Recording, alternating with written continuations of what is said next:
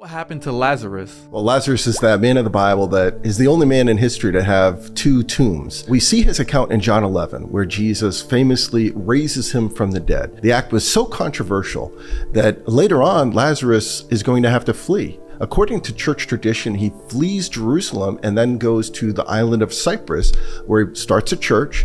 Paul and Barnabas go and ordain him to become the first bishop of that church. In fact, in the church, you can go there today and still read his tomb that says, Lazarus, a friend of Christ.